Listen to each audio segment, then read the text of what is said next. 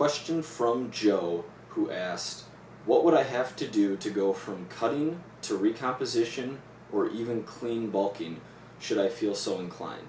So we're talking about long-term progress and how to plan for long-term progress with your diet and your training.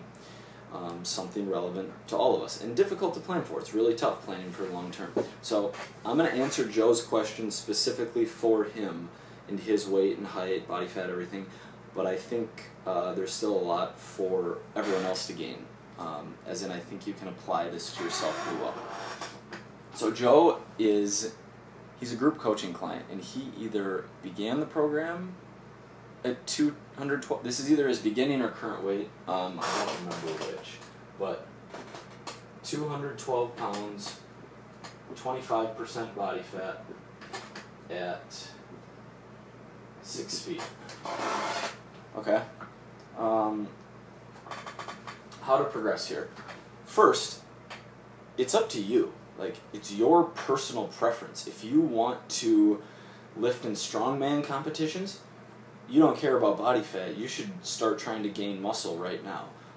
If aesthetics were more of a priority for you, then like they are for you because you're in a deficit right now, then you're going to start with some form of cutting, whether it's closer to a recomp or just a pure fat loss program.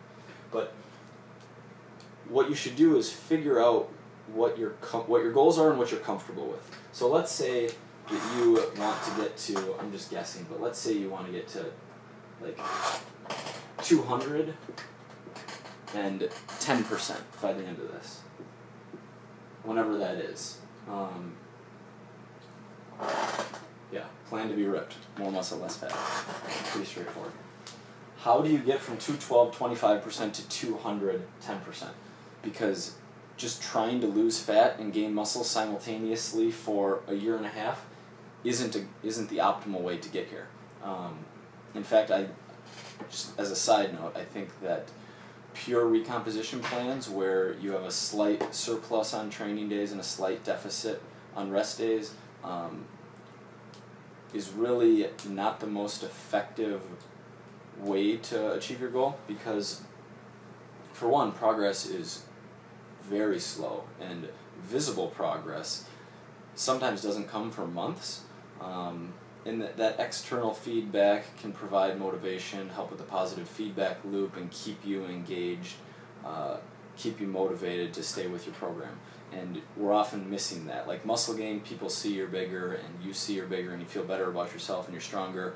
That helps. Fat loss, same thing, even to a greater extent probably. You see results faster, and that helps you stay motivated. Recomp, not so much.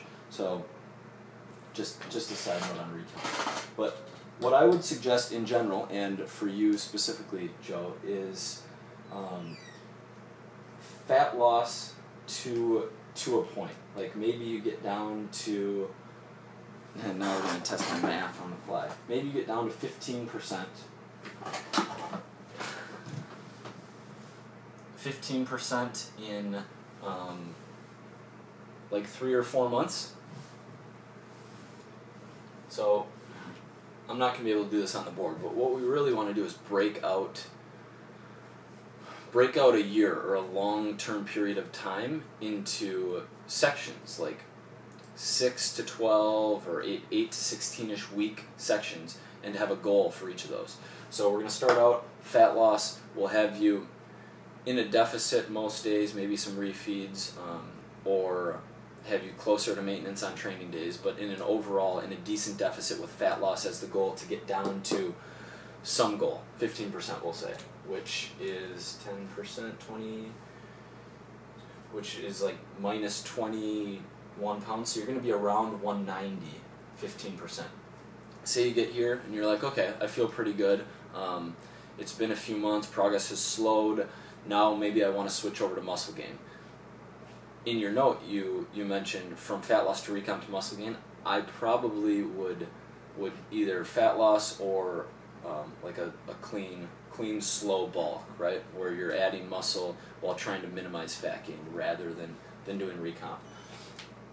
So you're at 190, 15%, 3 months down the road, switch over to like a 300 to 500 calorie surplus on training days, at maintenance, on rest days, and try and build some muscle back up to 200.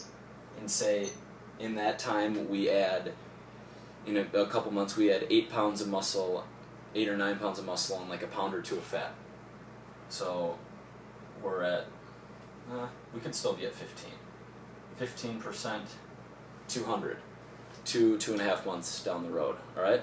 So now we've been going at this plan for like 5 or 6 months. Let's switch back over to fat loss, redo your macros, right? Training frequency, training volume is probably going to be lower on a fat loss program, and get you back down to whatever. We're chasing this 210% and we're breaking it into fat loss and muscle gain cycles.